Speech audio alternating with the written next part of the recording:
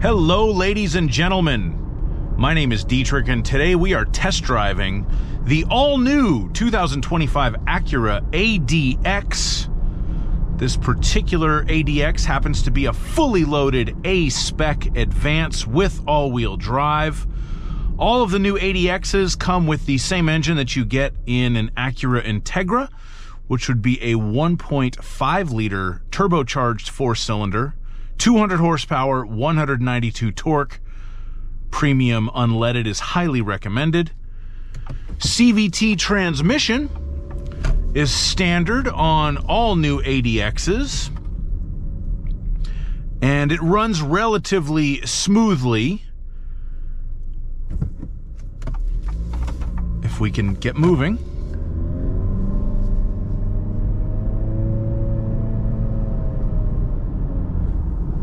The all-wheel drive system is a little bit of a front-biased all-wheel drive system. I'm not sure if it will show up on the camera, but I do have the graphic on my virtual instrument cluster there showing what the front and rear axles are doing as far as torque. And it sends torque to all four pretty much every time that you give it throttle, but it will bias towards the front. This is not super handling all-wheel drive as you get in every other Acura with all-wheel drive, so it doesn't have the trick rear differential that can shift torque from side to side, but no matter. Not that important when you only have 200 horsepower. What is this car like to drive? Well, it's pretty smooth. The ride is controlled but smooth. It's relatively quiet. You do hear the engine,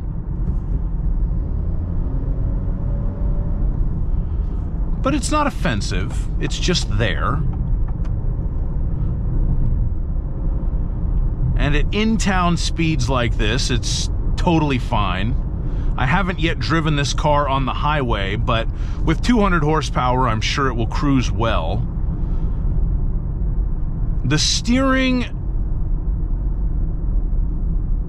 is not quite as numb as most new cars' steering is, and I consider that to be a compliment to the ADX, and it is extremely accurate.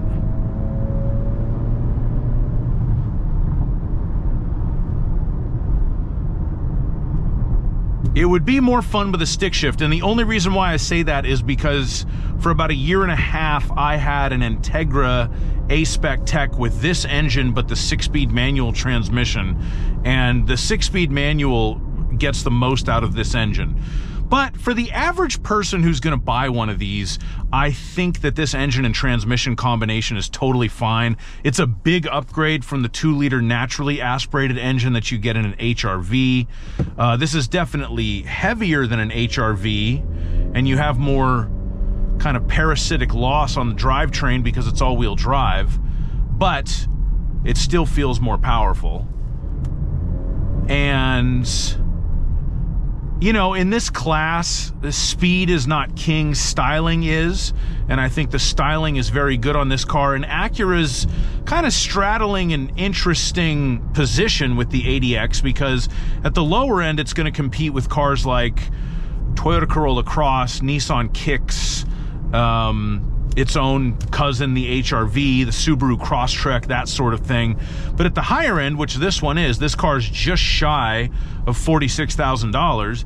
This is going to compete with Mercedes-Benz, GLA, BMW X1, X2, Audi Q3.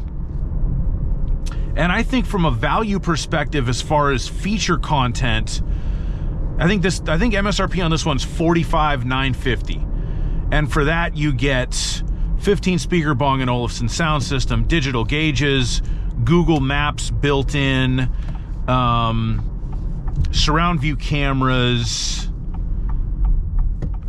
genuine leather and micro suede seats, panoramic roof, adaptive cruise, blind spot monitors. I mean, a lot of this stuff is standard, or excuse me, is optional on German cars with a higher base price.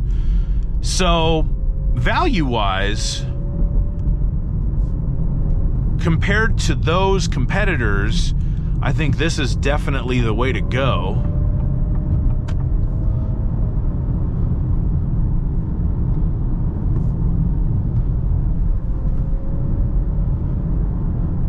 And it has good handling.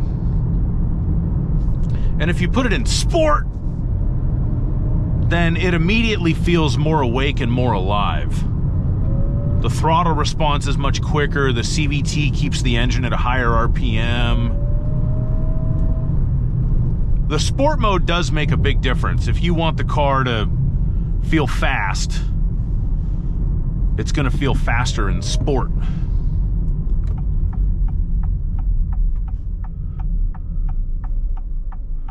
Let's see how it does going uphill here in a second. Whenever this platinum-rich Ford Explorer gets out of our way. Here we go. Oh, feel the power.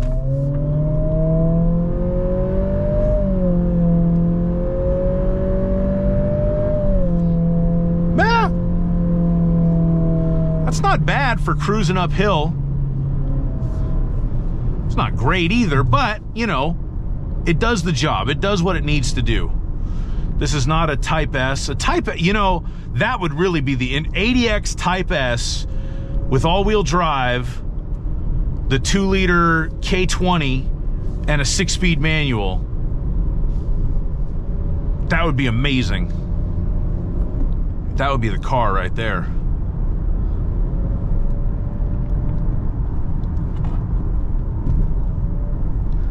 This thing actually kind of comes alive going around a curve, keeping it in the lane.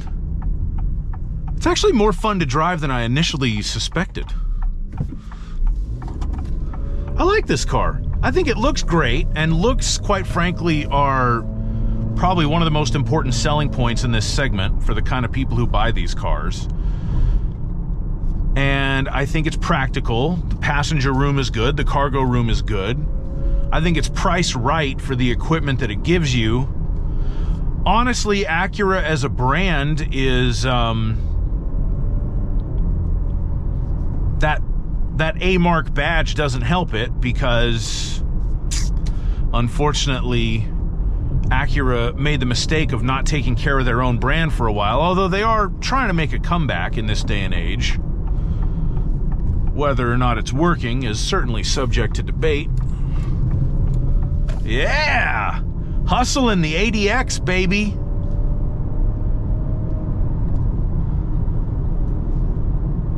This is so funny.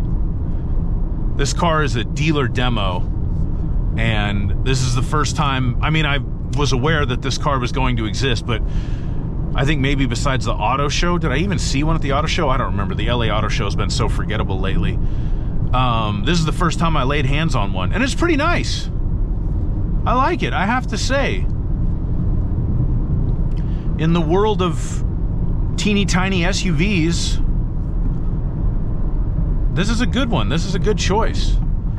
It's a lot more compelling and exciting and fun to drive than the cheaper variants, your Corolla Crosses, your HRVs, your Crosstreks. And feature-wise, for the money, it's a lot better deal than a GLA or an X1 or an X2 or a Q3 or probably even a Lexus UX. So there you go, Acura ADX, baby.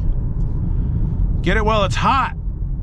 I don't even think they're for sale yet as I record this, and I will post it later today. I think you can only like go look at a demo at an Acura dealer, and they probably all got the same one, urban gray, fully loaded A-spec advanced all-wheel drive. That's what this is. But hey, they'll be out soon, maybe in like 2 weeks or 3 weeks to buy, so check it out. I'll put a link to my full review in the description and in the comments. And other than that, please like my video and subscribe to my YouTube channel, and always drive safely. Bye-bye.